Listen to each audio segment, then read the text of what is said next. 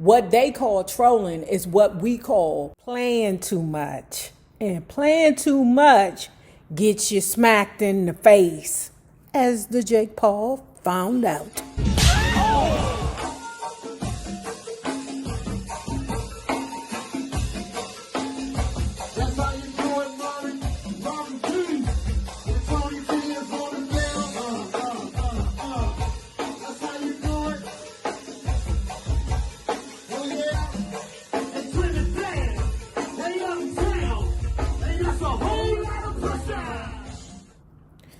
So let me tell you what's important to us, Gen X, our generation. This Mike Tyson fight was more than just him fighting a YouTuber or a young dude per se. It was about our hero kicking one of these young people's asses. Because y'all know deep down on the inside, especially those of us who have to work every day with these young people. And it was a lesson to us Gen Xers in so many ways. You gotta know when to hold 'em. Know when to fold 'em. Yeah, let's continue reading. Mike Tyson, the undisputed truth. We started driving to smokers all over the Northeast. Before we'd get in the car, Cus would come over. I'm going to have some friends watching the fight. I'll be waiting by the phone. I expect that when they call me, they'll be ranting and raving about you, he said. I never forgot that. Ranting and raving. That would get me fired up. And I'd be pumped for the whole 6-hour car ride. I wouldn't rest a minute. I couldn't wait to get into that ring and start beating the mother hunchies. One guy came to the fight with his wife and his little baby, and I knocked him out cold. Cus came to the 5th fight, a smoker in Scranton. I was fighting a guy named Billy O'Rourke at the Scranton Catholic Youth Center. Billy was 17, and I said I was 2. Because it was a pro-amateur card. Before the fight, Cus went over to O'Rourke. My man is a killer, Cus said. I don't want to see you get hurt. This was my toughest fight so far. In the first round, I kept knocking this guy down, and this crazy psycho white boy kept getting the fuck up. And he didn't just get up, he came up swinging. The more I knocked him down, the more he got up and whipped my ass. I had kicked his ass in the first round, but the second was just a war. We were fighting 3 rounds, and Teddy didn't want to take any chances on a decision going the wrong way. Listen, you talk about being great and all these crazy fighters, and you want to be this great fighter. Now is the time. Get in there and keep jabbing and moving your head. I got off my stool and went out and dropped O'Rourke twice in the 3rd round. He was bleeding all over the place. At the end of the fight, he got me against the ropes. But boom, boom, boom. I came back and down he went. The crowd went crazy. In May and June of 1981, I went after my first championship. The Junior Olympics. I probably had about 10 fights at that point. First, you had to win your local tourney, then your region, and then you competed in Colorado for the national title. I won all my regionals, so Teddy and I flew to Colorado, and Cus took a train because he had a fear of flying. When I entered the dressing room, I remembered how all my heroes had behaved. The other kids would come up to me and put out their hand to shake, and I would just sneer and turn my back on them. Did you see in that fight when Jake Paul, I guess he thought he was pretending to be a gorilla, which in reality what it was he was trolling Mike Tyson. And you know us Gen Xers, we don't play that trolling shit. Don't troll me, come correct. I'm not laughing. This ain't funny to me. What they call trolling is what we call playing too much. And playing too much get you smacked in the face, as the Jake Paul found out. He smacked the shit out of him. Okay? So it was just a level of intimidation that Mike Tyson had that was like no other. Don't forget, this mother hunchy talk about eating kids. I won all of my fights by knockouts in the first round.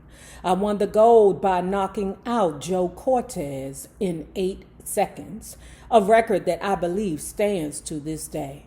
I was on my way. I became a local hero after I won that gold medal. Cus loved the attention I was getting. He loved the spotlights, but I kept thinking how crazy all this was. I was barely 15 years old, and half of my friends back in Brooklyn were dead, gone, and wiped out. I really loved the family environment Cus had given me, and I was madly in love with Cus. He was the first white guy who not only didn't judge me, but who wanted to beat the shit out of someone if they said anything disrespectful about me. Nobody could reach me like that guy. He reached me down in my cortex. Anytime I finished talking to him, I had to go and burn energy, shadowboxing, or doing sit-ups. I was so pumped. I'd start running and I'd be crying because I wanted to make him happy and prove that all the good things he was saying were right. Some of these people just need somebody to believe in their dreams. That's why Pisces are so important to this world. So important. They're the dreamers, and they teach other people that you can dream too. And if you have a dream, I am going to support your dream. I don't know if Cus was a Pisces, but I'm saying it's just so important sometimes for young men to have someone that believe in them. Because if they're told very early that you a fuck up, that shit stays in them forever. I remember Paul. So I was going to Shaw Junior High School, right? And y'all know I've always had thick glasses, right? And me and this other girl who wore glasses thicker than me, I couldn't believe that it was actually someone who had glasses thicker than me, but she had glasses thicker than me. And I don't know what happened, but we ended up getting back to class late because, you know, the bell rings, that means class is over. The bell rings, class is starting. I don't know if we went to the bathroom. I don't know what happened, but it wasn't like we was fucking around. We weren't. We was just late. I don't know what happened, whether we went to the bathroom. I don't know what it was, right? And this teacher, Miss Lee, when we walked into class late, she had said, "The blind leading the blind." When I tell you that shiz hurt me so bad, because in my mind, I'm like, you're a teacher and you're going to tease me about something that children tease me about. I was so disappointed. And the fact of it is that I had so much respect for her. For her to say that in front of the class and then the class busts out laughing, that shit hurt me. Teachers, you all adults, your opinion of us children mean a lot to us. And when you tell us things that are not encouraging, we remember that shit. Cus made me believe that the green and gold WBC belt was worth dying for, and not for the money. I used to ask Cus, what does it mean being the greatest fighter of all time? Most of those guys are dead. Listen, they're dead, but we're talking about them now. Word. He lost that fight to Jake Paul, but us Gen Xers and baby boomers, we're always going to talk about that motherfucker. He's always going to be our hero of our time. Him and that Muhammad Ali. Cus was so dramatic. He was like a character from the Three Musketeers. We have to wait for our moment, like crocodiles in the mud. In November of 1981, Teddy, me, and 2 other fighters got in the car and drove to Rhode Island for a smoker. For the whole ride, I was thinking about what I was going to do to the mother hunchies when I got there. I had been reading Nietzsche, and thought I was a Superman. I could barely spell my name, but I was a Superman. So I was visualizing how I was going to electrify the place and how all the people would be applauding me when I kicked the guy's ass. We walked into the place and there were a bunch of nasty looking people in there, packed wall to wall. It was so crowded it felt like I was back in the Brownsville slums, but I didn't give a F. I was feeding on their energy. Teddy said, "Get on the scale," so I took off my shirt and pants. I was only wearing underwear. I was really ripped. Did y'all see when Tyson got on the scale with them Versace underwears on for that Jake Paul weigh-in? You know, he got on the scale. He had some Versace's underwears on, okay, and some socks, child, and grabbed his wonkster like, yeah, I'm still the man. That's not what Kern Steffen said. Kern Steffen says that you were okay down there in the bottom. Okay, what was good about you was that you was a passionate lover, that you were kicking and scratching and biting when you was doing the booty. That's what the Kern Steffen said. She didn't say that you was a monster, you know, in the panty section. What she said was that you were a passionate lover that screwed like a wild beast. I was standing on a scale and started getting nerves. These guys were gangsters, legitimate tough guys, and I wasn't from their neighborhood. But then I remembered all those films I watched. Jack Johnson would be on the scale with a crowd around him. I always visualized myself in that position. Then I heard all the whispers and whistling. That's the guy who knocked out everyone in one round at the juniors, they said. My Cus thinking kicked in. I was nobility.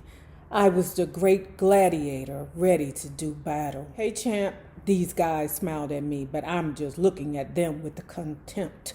Like, F you. What are you looking at? I weighed in at around 190. Let me tell you another thing about the Mikey Tyson. Mr. Mikey Tyson, that mother hunchy was 12 years old with 180 pounds of pure muscle. I said, damn. And y'all know all this little boy ain't even hunching yet. He got all this rage inside of him. He rageful, child. Lord have mercy. The place was packed. There were at least 3,000 people there. We got into the ring and it was 9 straight minutes of mayhem. To this day, people still talk about that fight. The crowd never stopped cheering, even during the 1-minute rest between rounds. They were still applauding. We were like 2 pit bulls. This is him fighting this dude named Bennett. And then they gave him the decision. It was highway robbery. I heard you did great, Teddy said. The guy was cut and experienced, Cus said. Hey, take the day off. You don't have to go to school. There was no way I was not going to school. That guy had given me a black eye and I wanted to show off my badge of courage. I didn't let that controversial loss get me down. I kept fighting at smokers and knocking out each of my opponents. Good for you. I didn't know anything about my opponents in these smokers. There were no videos to watch, no TV appearances by them. So I always imagined that the people I was fighting were the people who had bullied me when I was younger. It was retribution time. No one would ever pick on me again. When I displayed the slightest bit of humanity at a fight, Cus would be all over me. A guy might try to shake my hand before I fight in a gesture of sportsmanship. If I shook it, Cus went ballistic. The only display of compassion that he didn't criticize was when I would pick up my opponents after I knocked them out. Now that I was a gladiator and a god among men, it seemed a little demeaning that I had to go to high school. In the fall of 1981, I got in trouble at Catskills High.